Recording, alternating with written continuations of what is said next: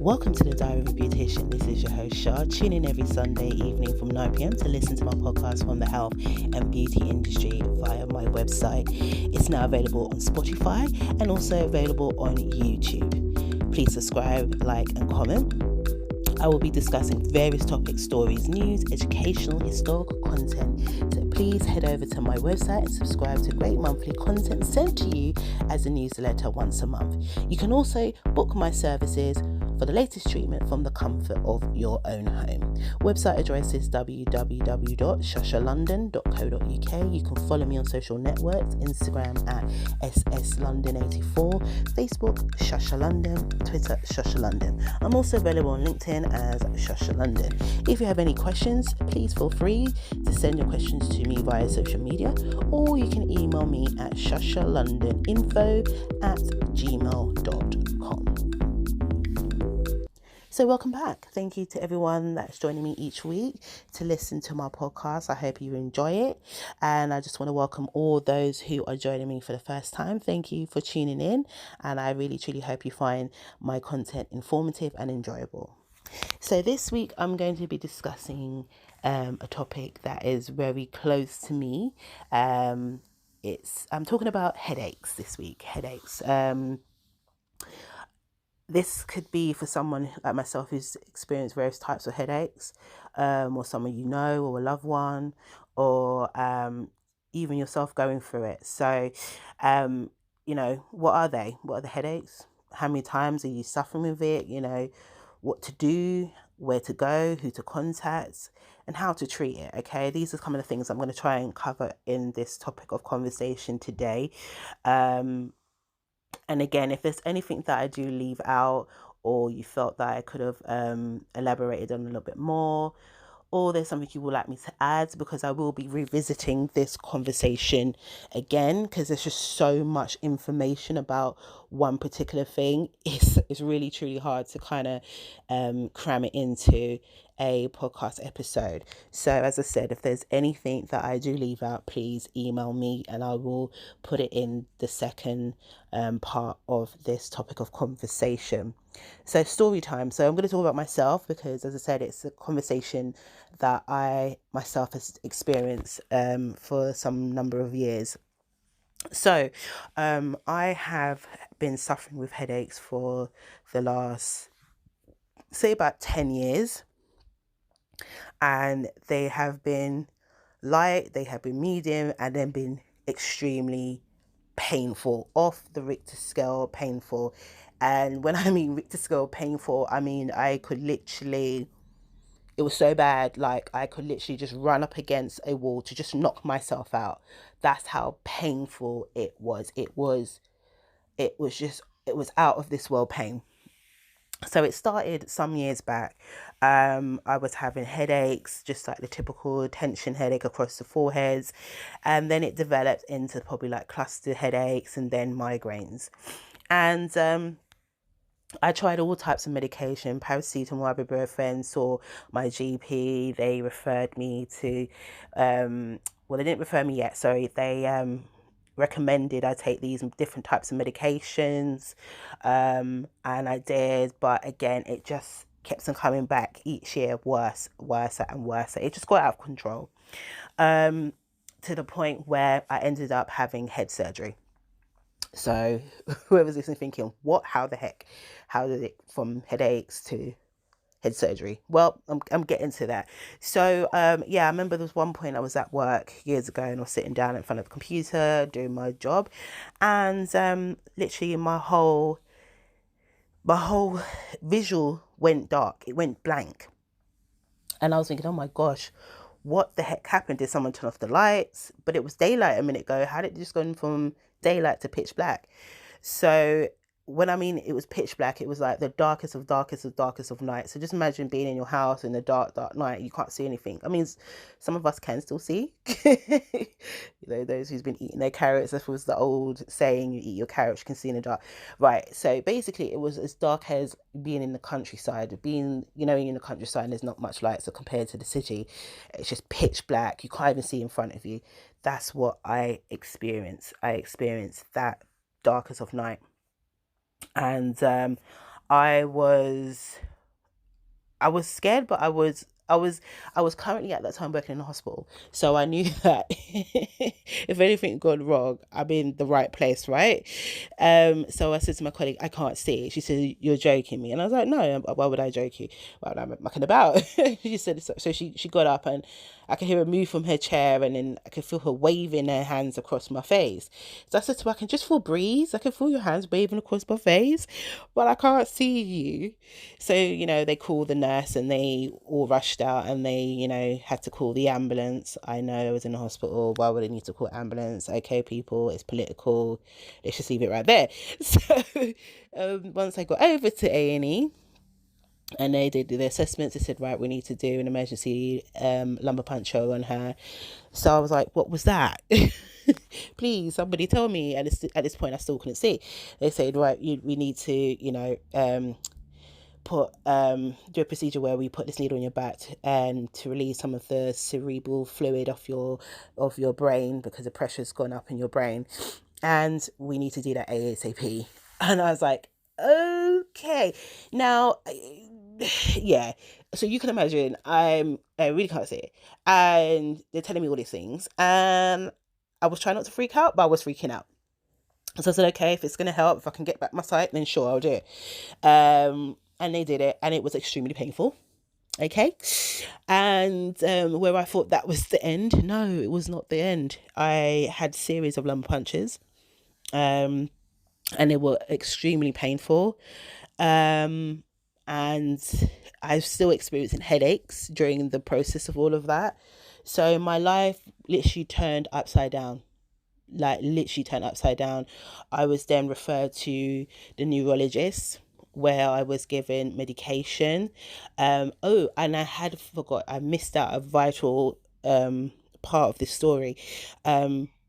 Before this was happening, I saw the ophthalmologist. So I went to go get my eyes tested, because it was something that, when you're reading, you just feel like, gosh, it's becoming a bit of a strain on my eyes.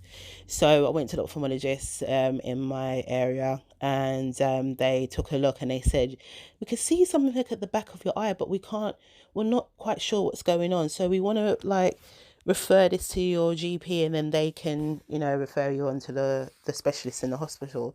So they wrote a letter and they sent it off to my GP, and I had a copy, and then they referred me over to the clinic in the hospital that deals with eyes, so the ophthalmologists, and they call it the eye hospital.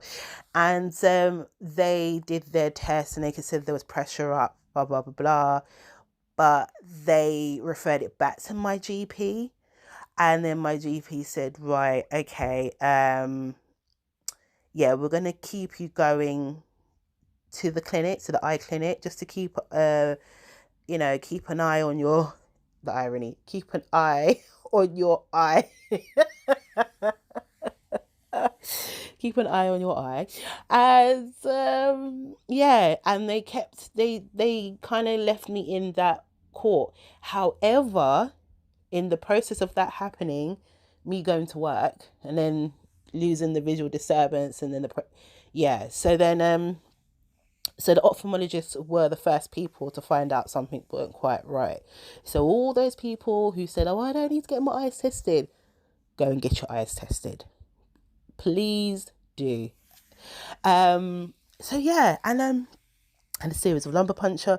They even said at one point, we're going to need to put a shunt in, because it's, they weren't too sure what was going on, and they thought having the shunt would be the best option for me, long-term basis. And I was just like, no, I don't want anything in me. I don't understand what's going on. What's wrong with me? Please, someone tell me what's happening. So, as I said, the neurologist gave me medication. They said it will help with the pressure, and you should be fine, and blah blah blah. No. Things got better. I took care of my health, because what was starting to happen was I just felt like I had no control of this whole situation, and I just felt like they haven't given me a definitive answer about what's happening, and I just feel stranded. I feel alone, and I feel confused, and I need to do something. So I really did try and change my lifestyle. I exercised a little bit more. tried to eat healthy. I really did try, and it was difficult because I had to work, and I had to live my life. And it was quite funny because a lot of people didn't know all of this was going on, even up until to this day that I'm talking about it. And yeah, I was working, I changed jobs, I changed careers, I got married, I did all these things, but I was really truly unwell. As I said, with regards to headaches are a thing that you can't see the person being affected by it. The person's going through it internally. Okay, where with other illnesses and condition, you can see a person being ill or have a condition or some kind. You can see their physical disability, but with the headaches, you can't see it. Okay, unless the person telling you something's going down and kind of demonstrating through their body language, it's really hard for a person to really know if this person's really going through whatever it is they're going through.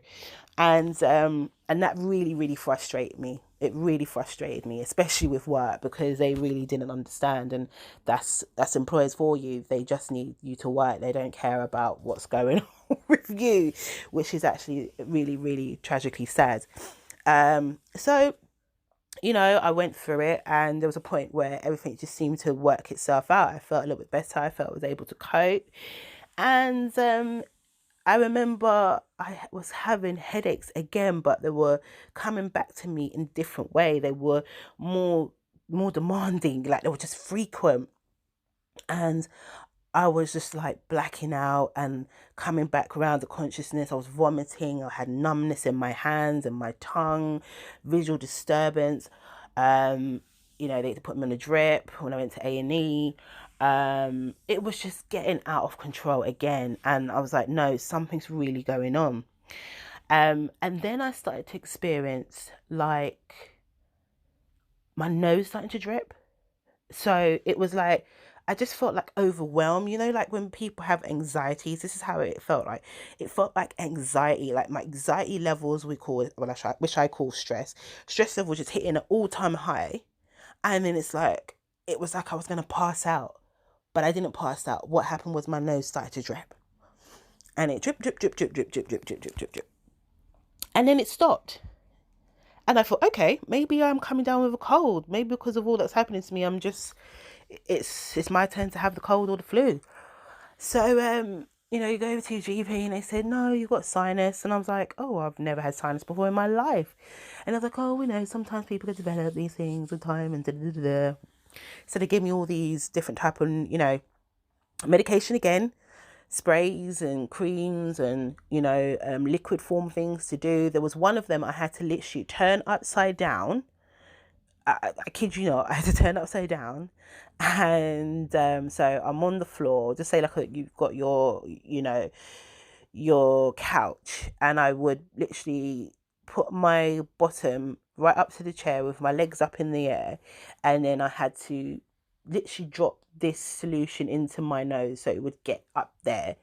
And then I was looking at it and I'm thinking, because this solution is like probably 95% water and whatever other chemicals, it's going to come back down. But as you do, you go along with what the doctor prescribed. And I did that. And as you do, you have to sit there for like 2 minutes, a minute to 2 minutes, and then turn yourself back round. And lo and behold, it just came back down. So yeah, ended up at A&E every weekend. It was like my new home, seeing the GP every week, until I developed infection in my face weekly as well. They put me on courses of antibiotics of different kinds that made me really ill. And then it was just like, you say, God, dear God, help me. This is just unbelievable. I can't cope. And I literally said, I need to know what's going on. So this was the last time I was going to the doctors, because my family kept on saying, keep on, just go. And I'm like, I've been every week. What's changed? They're not doing anything. So I finally went back to the GP very reluctantly. For the last time, I said I weren't going back after this. And I was literally just going to just say, look, if you don't do anything for me, I don't really care, because I've been here how many weeks in a row and no one can't seem to work it out that I'm really, really ill. And the doctor, she referred me to ears, nose, and throat because they were still on that notion it was to do with this supposedly sinus problem. However, my history, my records had stated I've had been under neurology. So it was very interesting that they felt it was to do with ears, nose, and throat. So anyway, went to ears, nose, and throat. I did a CT scan. They then, go away, come back, and they said, "Look, you've got something going on there. We can't really truly see it because it's not giving a real reflection. So we're going to refer you over to neurology at another hospital and another ENT department in that same hospital." So from that hospital went to I kid you not, this is what happened to me. And then I went to the hospital and I saw the ear, nose, and throat in that department. Then I saw a neurologist and they all sat down and they did all them. I kid you not. I kid you not. And finally I sat down with a neurologist team. There was a pituitary nurse there was specialized doctors, there was all of them in there, and they sat down with me and they said, "Shalene, do you know what's going on? Do you know blah blah blah blah?" And I was like, no, I don't, because I'm here and I'm looking at you, all you specialized people, to tell me what's going on. And they said, right, there's something what we need you to understand, that we need to do an operation and but we're going to have our head consultant speak to you at a later stage and go through the da da da. Anyway, so I finally met the head consultant. Very nice chap, very nice man. And we had a conversation. Then he just introduces that I'm going to need to do major surgery because this, and this. And it's funny enough because before I was going to see the head consultant, I booked a weekend away with my husband. And I think I kind of preempt that I was about to hear something that I didn't want to hear. But I booked it. So once I left the hospital seeing the consultant, I was on my way for a nice little break. And boy, did I need it. So, some couple years ago, I had major head surgery, and they, reinforced my skull because parts of my skull had disappeared. Yep. And this particular growth that was seen originally from the ophthalmologist many years ago was there, and it was pushing pressure up against my eyes, so it was creating visual disturbance. And I had to tackle that. It was non-cancerous, but yeah, so I had the surgery. I had 47 staples across my head, so from my left ear to my right ear, so you can imagine what works was going on.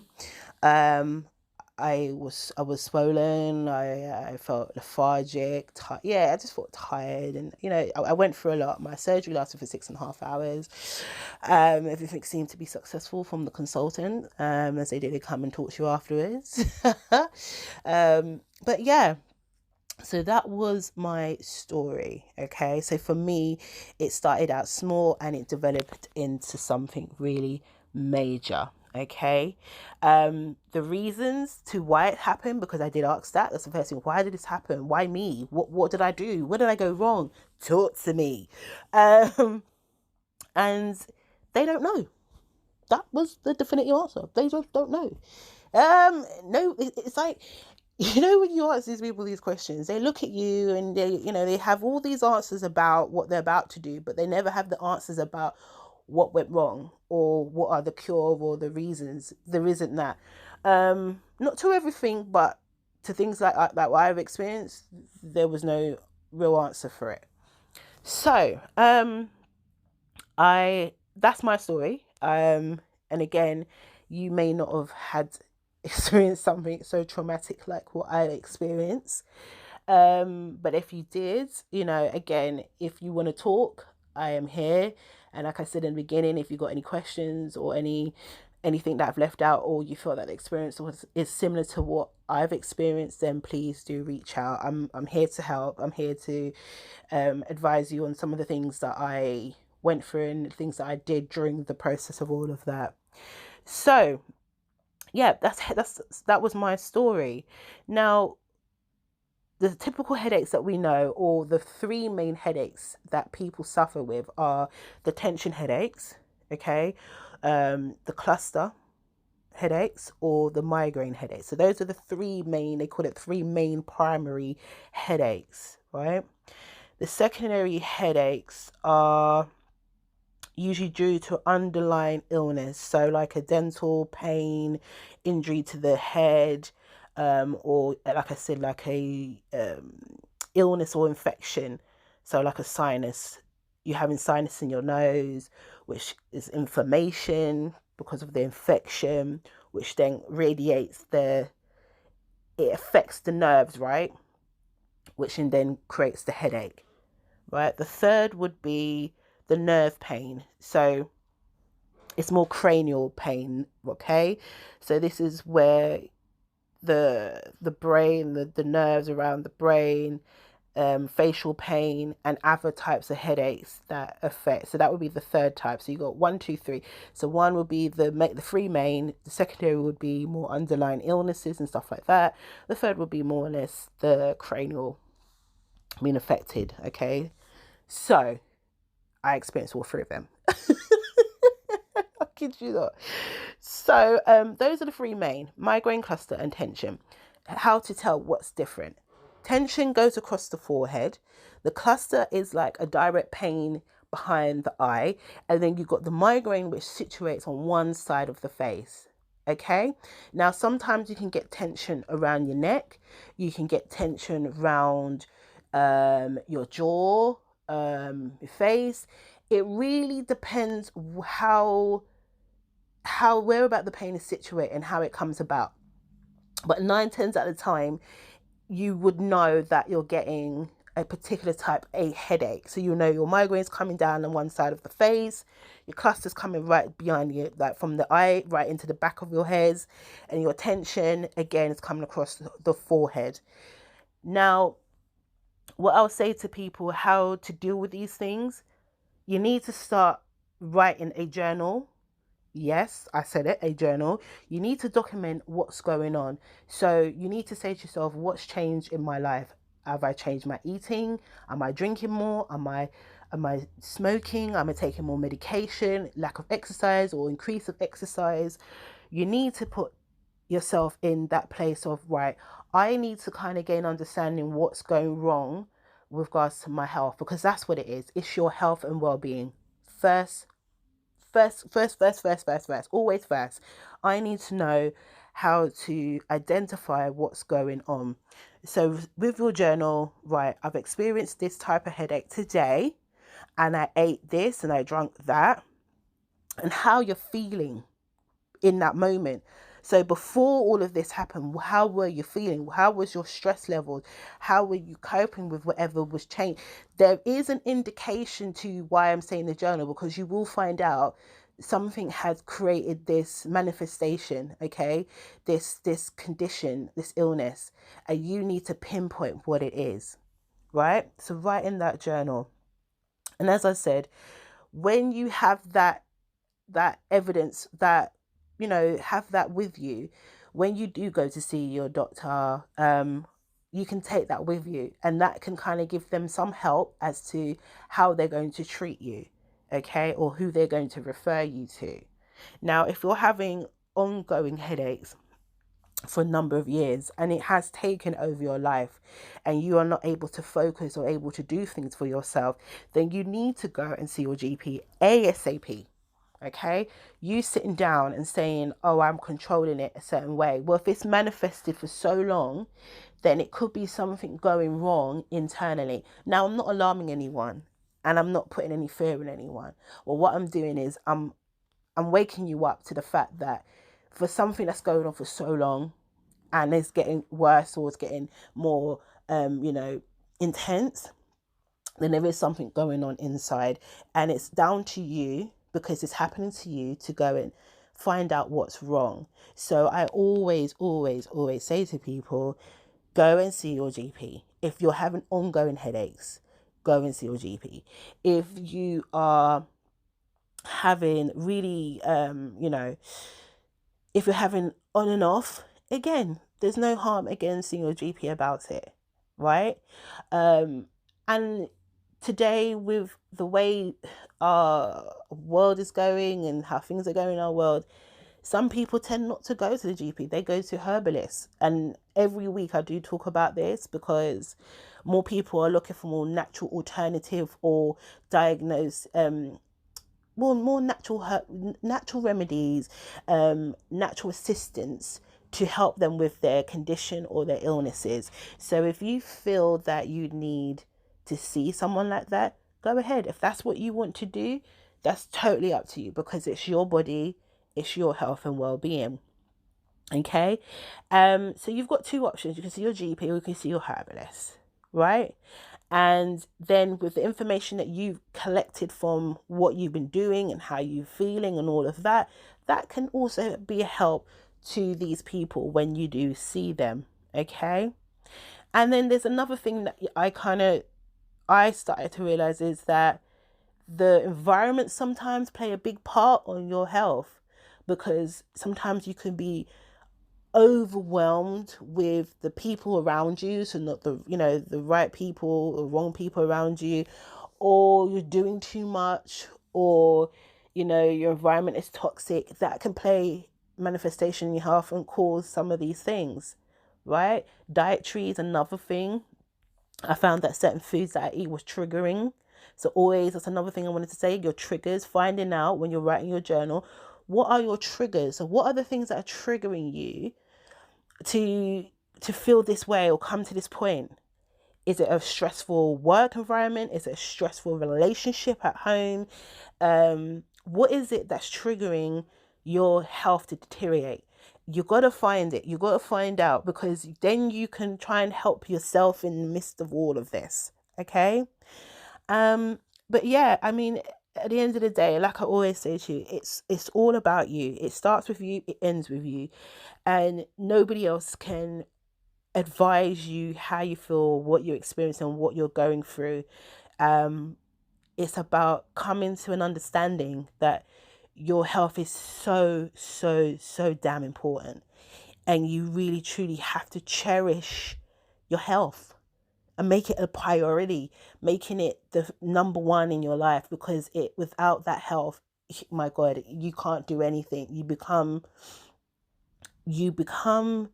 something else. You become a form of yourself that is not nice, because you are unable to enjoy a quality of life that you would like to enjoy. And I've seen various people from all walks of life in serious ill health. One in particular, her life has changed dramatically through ill health, and she's always smiling, and I really admire her. I really admire the fact that she's always smiling and staying positive. But we need to accept that there's things that we may haven't dealt with in our life or in our past tense, and we need to deal with it now and find help and get the help. So I hope anyone that's listening today, please do not suffer in silence. Like I said, I'm here if you want to talk or discuss anything regarding headaches. And all I can say to you is just put your health first. That's all I can advise. Put your health first. So thank you for listening and tuning in. And I will be revisiting this topic of conversation, going a little bit in depth regarding the diet, because I find that the diet, well, I don't like the word diet, your lifestyle, there's things that you can do to help. So I will be revisiting this topic of conversation. Thank you for listening. Have a great week, and bye for now.